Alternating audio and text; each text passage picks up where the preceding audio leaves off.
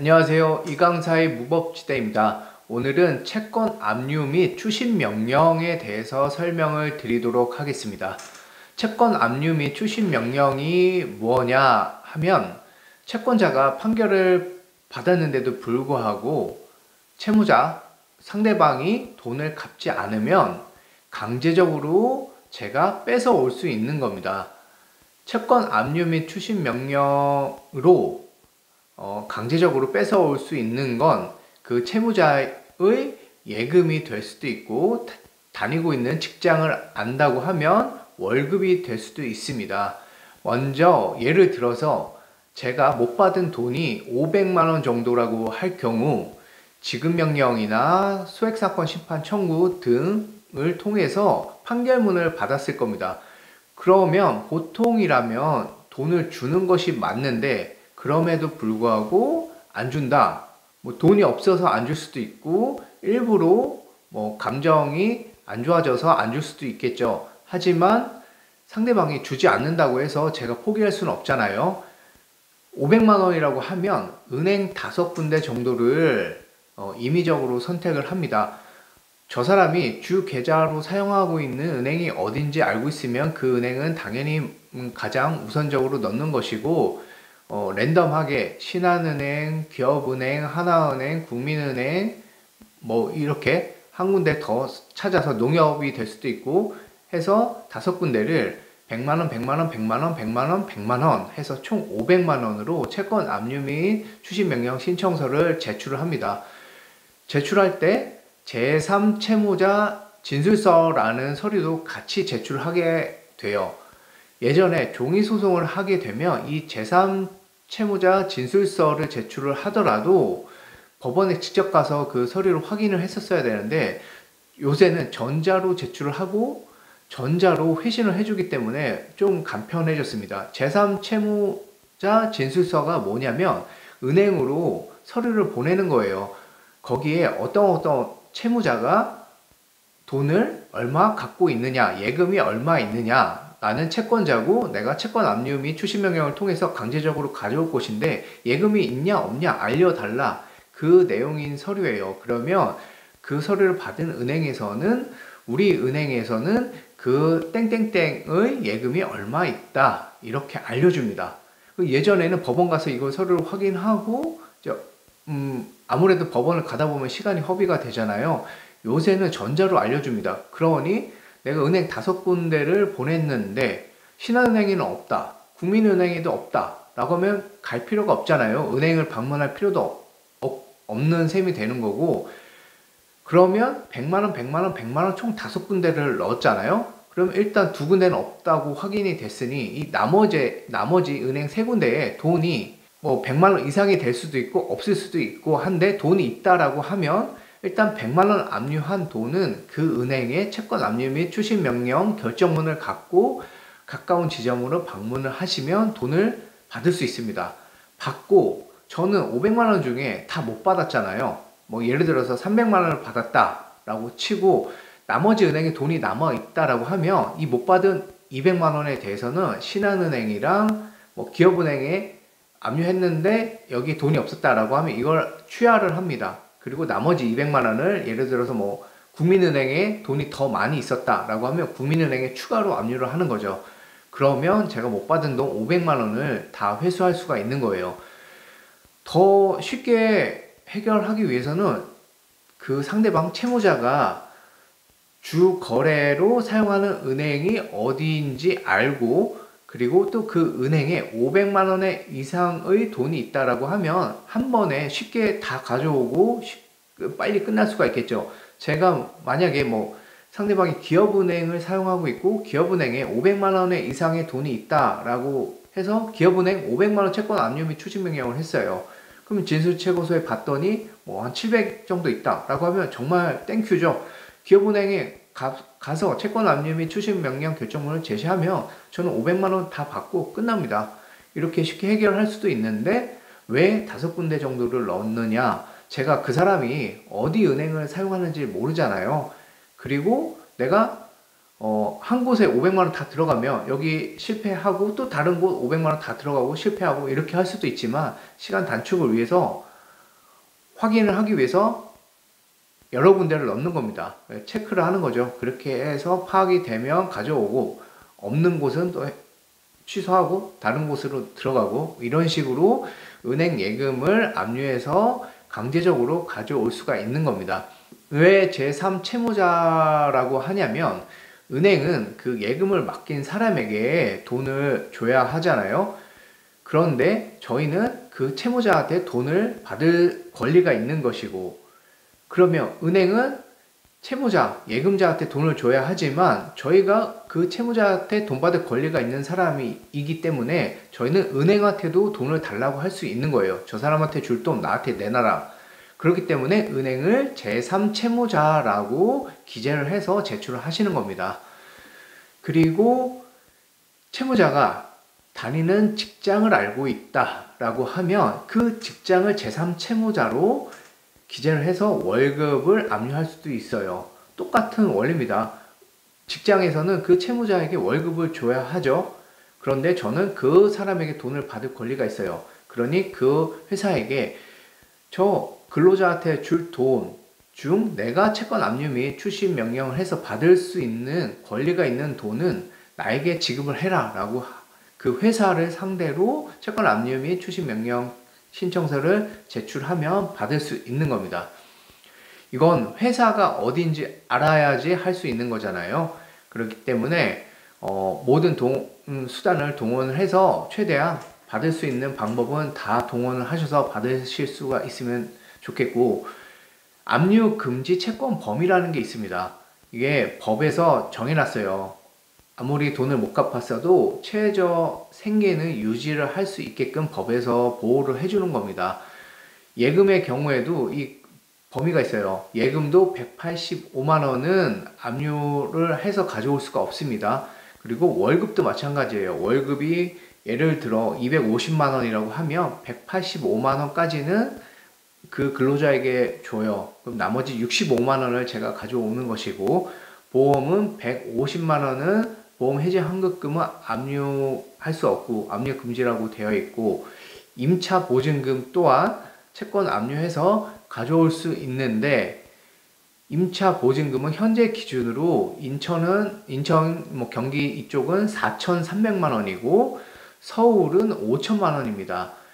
이 기준을 따지는 건 말소 기준 권리 이런 걸로 봐야 하지만은, 일단 기본적으로 현재 인천, 경기 등은 4,300만 원, 서울은 5천만 원. 이 전세 보증금이 이 금액 이상이면 압류를 하고 나중에 계약이 해지가 되면 그때 집주인으로부터 제가 대신 가져올 수 있는 거예요. 이렇게 설명을 대략적으로 드렸고, 이해와 신청을 위해서 이제 전자소송 같이 보시면서 말씀을 드리도록 하겠습니다. 같이 보시죠. 네이버에 전자소송을 검색하시고 클릭하시면 됩니다. 전자소송 사이트로 연결이 되고 로그인을 하시고 서류 제출 항목에 밑으로 보시면 민사집행 서류라고 보이실 거예요. 그걸 클릭하시면 됩니다. 민사집행 서류를 클릭하시고 항목들이 쭉 나오는데, 저희가 제출할 건 채권 압류이기 때문에 채권 압류를 클릭하시면 됩니다. 그리고 바로 밑에 채권 압류 및 추심명령 신청서가 보이실 겁니다. 그걸 또 클릭을 하시면 되고, 이 항목에 체크를 하시면 되고,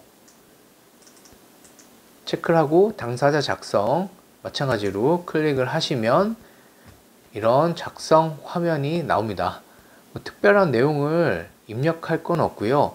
제가 블로그에 첨부한 양식을 복사해서 붙여 넣으셔도 되고 직접 입력을 하셔도 되고, 제가 편의상 임시 저장한 내용을 보면서 말씀을 드릴게요. 이렇게 임시 저장을 할 수도 있고요. 신청서를 보시면 이전으로 돌아가기도 됩니다. 이게 처음 작성 화면이고요. 채권 압류 및 추심명령 청구 금액을 입력하게끔 되어 있고, 이거 500만 원이라고 해볼게요. 500만 원이라고 하고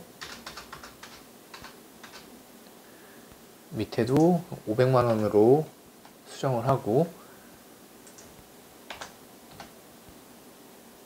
여기에 쓰는 내용은 뭐냐면 지급 명령이나 판결문을 받으셨을 때 거기에 나와 있어요. 얼마를 못 받았는지, 뭐 200만 원이든 500만 원이든 달라고 지급 명령이나 소송을 하셨겠죠. 그 원금하고 날짜가 이자에 대해서 언제부터 몇 퍼센트 비율로 청구할 수 있는지도 판결문이나 지급 명령에 나와 있어요. 그래서 그 날짜를 쓰시면 됩니다. 집행비용은 인지세와 송달료인데 이 뒷부분으로 넘어가면 인지세와 송달료가 얼마인지 확인할 수 있고 미리 확인도 할 수 있어요. 소송비용 계산 여기서도 확인을 하실 수 있는데 일단은 미리 체크를 하셔도 되고 쭉 갔다가 비용 확인하고 뒤로 와서 다시 이 부분을 수정하실 수도 있습니다. 일단은 편의상 3만 원이라고 하고 이자는 5만 원이라고 되어 있으니까 비용을 508만 원 이렇게 해서 기재를 하고요. 공증인과 법무법인 한바다 증서 매토 집행력 있는 공정증서 정보 이렇게 입력을 했는데 이게 필수 입력 사항이라 제가 그냥 없는 걸 썼어요. 작성 예시를 클릭해 보시면 판결문을 받으셨을 때는 집행력 있는 판결 정보 사건 번호 쓰는 거고요. 이행 공고도 있고 지급 명령도 있어요. 어려울 거 없고 본인 그 사건 번호만 쓰시면 돼요. 이거 클릭하시면 이게 여기로 반영이 되고 지금 집행 권원 번호가 없어서 저는 공정증서라고 일단 한 것이고 제출 법원 이거 많이 헷갈리실 수 있는데 관할 법원 찾기 누르면 여기에 입력을 할 수 있어요. 여기에 뭘 입력해야 하냐면 상대방 주소입니다. 상대방 채무자 피고 또는 채무자 상대방 돈 안 갚은 사람의 주소지 관할 법원이에요. 선택하셔서 법원을 입력하시고 집행권한은 없으면 없다고 체크를 하면 되는데 저장 누르면 등록되었습니다. 나오죠. 다음 단계로 넘어가서 당사자 입력하시는 겁니다. 당사자 입력 클릭하면 이렇게 입력할 수 있고 저는 그냥 가상으로 입력했습니다. 저 상대방은 김채무 은행은 신한은행이라고 가정을 했고요. 제3채무자라고 써있죠. 제3채무자가 이 채무자한테 돈을 줘야 하는데 그 돈을 우리가 대신 가져오기 때문에 제3채무자라고 표현을 해요. 저희는 채무자한테 돈 받을 게 있는데 채무자는 제3채무자한테 돈을 받을 게 있는 거잖아요. 그래서 이 김채무가 은행에 맡긴 그 예금 은행한테 받을 수 있는 그 돈을 나한테 내놔라 그 뜻이에요. 그래서 은행은 한 군데가 될 수도 있고 우리은행, 기업은행 다양하게 넣을 수도 있습니다. 보여드리기 위해서 한 군데만 넣고 채무자 입력하시고 마찬가지로 저장을 누르시면 돼요. 그 다음에 집행권한 입력 이거는 제가 간단하게 집행력 있는 공정증서라고만 했는데 그 판결문이나 보면 그 집행권한 발급 번호를 파악할 수 있으며 입력하시면 돼요. 판결문을 받으시고 채권 압류 명령, 채권 압류 및 추심 명령 신청을 하시려면 집행문을 발급받으셔야 해요. 지급 명령은 집행문을 따로 발급받지 않아도 되고 판결문은 집행문을 발급받아야 됩니다. 이행 권고 결정문도 집행문이 없어도 돼요. 지급 명령과 이행 권고 결정문은 그 안에 그 서류 안에 집행문이 들어 있어요. 그러니까 서류 한 장에 집행문이 포함되어 있다고 기재가 되어 있어요. 그러니 집행문을 따로 발급받지 않아도 되지만 판결문은 송달증명원, 확정증명원, 집행문 이렇게 법원에 전자로 신청하든 방문해서 신청을 하든 하나당 500원씩 해서 발급을 받아야 되고 그 집행문 하단에 보시면은 번호가 나와 있어요. 그거를 입력을 하시면 되고 여기다가도 첨부를 하시면 되고요. 신청 취지는 자동으로 입력이 됩니다. 이거는 제가 입력한 게 아니고 자동으로 입력이 되고 신청 이유는 입력은 직접 해도 되고 신청 서류 복사해서 붙여 넣어도 됩니다. 아니면 내용 파일 첨부 방식으로 해도 되고요. 제가 블로그에 신청서를 입력해 놨거든요. 이거 다운받아서 사용하셔도 되는데 일단 하나 열어보자면 클릭을 하시면 다 무료로 다운이 됩니다. 대한법률구조공단에 있는 서류고 채권 압류 및 추진 명령 되어 있고 신청 취지 나와 있죠. 그리고 신청 원인도 나와 있습니다. 이걸 복사해서 붙여놓고 수정을 하시면 돼요. 복사해서 컨트롤 C 하고 붙여 넣으면 되고 컨트롤 V 하고 이 동그라미는 정보는 이제 내 사건 번호로 당연히 수정을 해야겠죠. 수정을 해서 입력을 하시고 저장을 누르시면 됩니다. 그렇게 하면 된 거고 이 신청 취지는 복사해서 붙여 넣어도 되지만 전자소송할 때는 제가 입력하지 않았어요. 이게 자동으로 반영이 됩니다. 그렇게 하시면 되고 마지막에 이 목적물 입력 이게 뭐냐면 별지라고 해요. 아까 그 신청서를 보시면 별지라고 되어 있죠.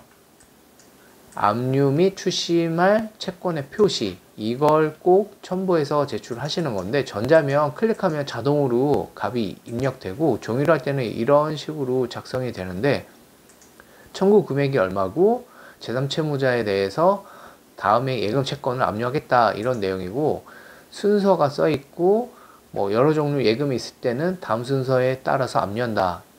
그냥 형식적으로 이거 복사해서 쓰시면 되고요. 전자소송 할 때는 지금 제가 이걸 입력해 놔서 그런데 삭제를 한번 해볼게요. 삭제를 하면 이렇게 나오죠. 목적물 입력을 이걸 클릭을 해보시면 밑에 작성 예시가 나오고 아까 클릭했을 수도 있는데 일단 작성 예시를 클릭을 하면 채권 압류 나오죠.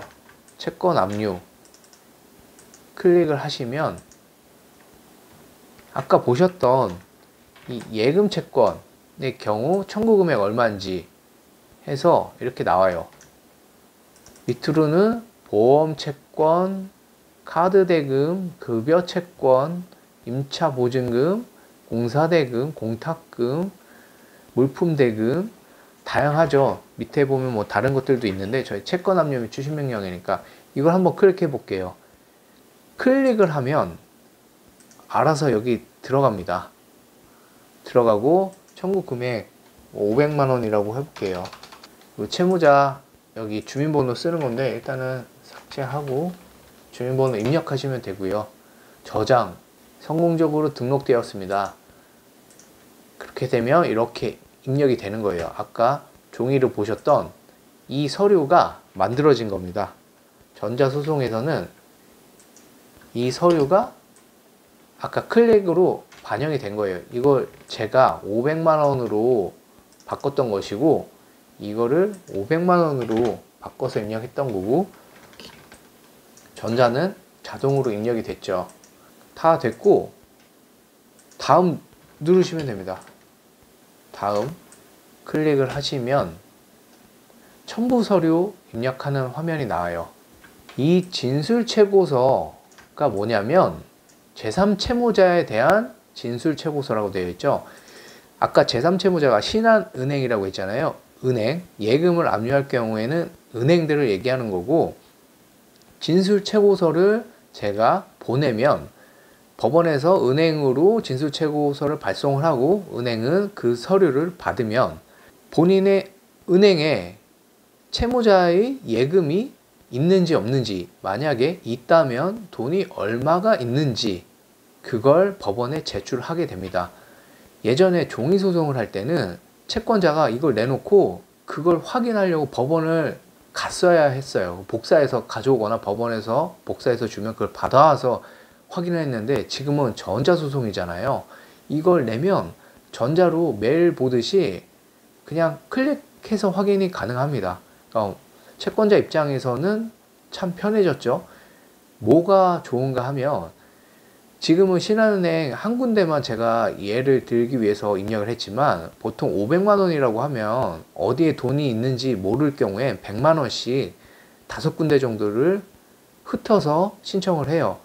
신한은행, 우리은행, 기업은행, 하나은행, 뭐 스탠다드은행 뭐 이런 식으로 보내고, 그럼 100만 원씩 나눠서 했단 말이죠. 그러면 어떤 은행엔 돈이 있을 수도 있고 어떤 은행엔 돈이 없을 수도 있죠. 그걸 파악하는 겁니다. 파악을 해서 돈이 없는 곳은 취소를 하면 되고, 돈이 있는 곳은 돈을 추심해서 가져오면 되고, 가져왔는데도 남을 만큼 돈이 많다. 그러면 거길 또 다시 압류를 해서 가져오는 거죠. 그런데 진술채고서가 있다고 하면 은행이 알려주잖아요. 저한테 여기 돈 얼마 있다? 훨씬 편안한 거죠. 가지 않고도, 법원에 가지 않아도 금액을 확인할 수 있으니까. 아니면 심지어는 그 채권 압류 결정문을 받으면 그걸 갖고 은행을 가야지 은행에서 돈을 줍니다. 그런데 내가 이게 어느 은행에 돈이 얼마 있는지 모르면 그냥 무작정 그걸 들고 은행을 갈 수밖에 없잖아요. 갔는데 은행에서 돈이 없네요 이러면 저는 헛수고하는 거잖아요. 그렇기 때문에 이 진술채고서는 꼭 제출을 하시고요. 미리 파악을 하셔서 가까운 은행 지점을 방문을 하시면 됩니다. 그리고 나머지 필요 서류들은 파일 첨부를 해서 제출을 하시면 되고요.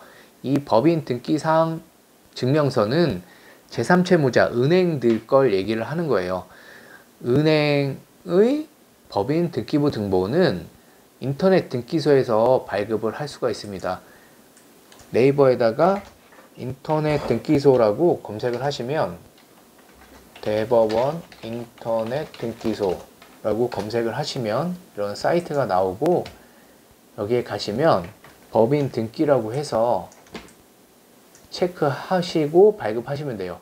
여기 로그인을 하셔야 되고 회원가입하시고 하면 비용 저렴하니까 발급하시면 되고요. 그 다음에 아까도 말씀드렸다시피 채무자의 주소지로 접수를 하셔야 됩니다. 그리고 이 주민등록 초본은 채무자의 주민등록 초본을 얘기를 해요. 관할을 확인을 해야 되기 때문에 그런 것이고, 처음에 이 서류를 준비를 해서 출력을 할 수가 있어요. 출력을 해서 그걸 갖고 주민센터에 가서 내가 채권 압류 추심을 하려고 하니 필요 서류에 채무자의 주민등록 초본이 있으니 발급해 달라라고 하면 발급을 해 줍니다. 그러면 첨부를 해서 제출하시면 되고, 그게 귀찮다라고 하면 그냥 주민등록 초본을 빼고 제출을 하셔도 돼요. 그러면 법원에서 채무자의 초본을 빠뜨렸으니 제출하라 라는 보정명령을 내려줍니다. 그러면 그 보정명령을 출력을 해서 주민센터에 방문을 하시면 마찬가지로 주민등록 초본을 발급해 줄 거예요. 그때 보정서로 채무자의 주민등록 초본을 제출을 하시면 됩니다. 이거는 서류명 일치 안 하는데 제가 그냥 입력한 거고요. 여기 진술채고 신청서를 클릭을 하시면 이런 화면이 나옵니다. 전체 제가 여러 군데 있었으면 은행이 다 들어갈 거예요. 이렇게 해서 첨부 밑에 하단에 이걸 클릭하시면 되는 거고, 그러면 밑으로 이렇게 진술채고서 제가 2번 눌렀죠. 그래서 그런 것이고, 여기 다른 은행들 한 2군데라면 2군데 다 이렇게 반영이 됩니다. 이거는 파일명 제가 아무거나 첨부해서 통장사본이지 통장사본을 내는 거 아니에요. 절대 이거 헷갈리시지 마시고, 그 다음에 작성 완료를 누르시면 다음 단계로 넘어갈 겁니다. 이 서류가 다 자동으로 반영이 되죠. 김채무, 채권자는 저고, 김채무, 제3채무는 신한은행, 못 받은 돈 500만원, 비용, 이자 등등등 집행권원 해서 아까 얘기했던 별지 목록 이게 반영이 되죠. 이렇게 자동으로 반영이 되는 것이고, 체크하고 확인을 누르시면 비용이 나옵니다. 아까 집행비용 입력하는欄에 인지세와 송달료 입력하시면 된다고 했죠. 합치면 35,000원 정도가 나오죠. 밑으로 쭉 내려가면 합계가 나와 있을 겁니다. 이렇게 금액이 나와 있고, 여기 보면 집행권원 사용증명원 450원 포함 이렇게 되어 있는데, 제가 집행권원 사용할 때 사용증명원에 체크를 했어요. 왜냐하면 집행권을 사용하면 다른 곳에 사용할 때 추가로 필요할 수 있기 때문에 체크를 하시면 되고, 그러면 이렇게 450원을 포함한다 라고 나옵니다. 35,250원 뒤로 돌아가서 계속 뒤로 누르시면 아까 여기 집행비용 있죠? 이걸 수정하면 돼요. 35,250원 이다 라고 하면 되고, 여기에 사용증명원 비용을 포함 안 시킬 수도 있지만 뭐 일단 포함시켰고요. 이렇게 해서 합계 금액도 수정을 해주시면 됩니다. 이렇게 되면은 여기가 이 정도로 되겠죠.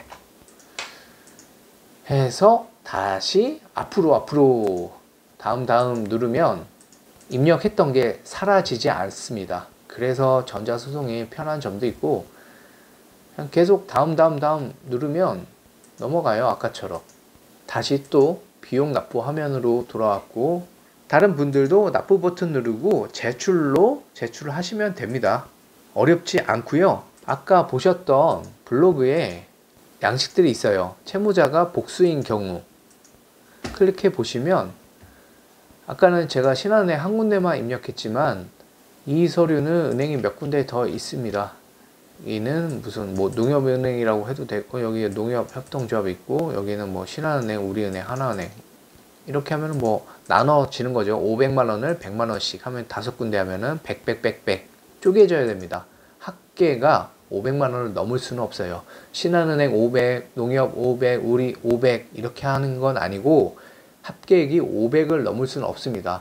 신한 200, 우리은행 200, 하나은행 100 이건 돼요. 또는 150, 50 뭐 이런 식으로 나눠도 되고, 그건 내 맘이고, 아무튼 합계액이 500을 넘을 수는 없습니다. 이렇게 했고, 여기 채권 추심 신고서가 있습니다. 채권 추심을 하게 되면 정말 중요한데, 블로그에도 내용을 써놨어요. 채권 추심 신고서는 얼마의 돈을 받았다고 법원에 얘기를 하는 것이고, 추심 신고서를 제출하지 않으면 다른 채권자랑 나눠 가져야 되는 경우가 발생할 수 있어요.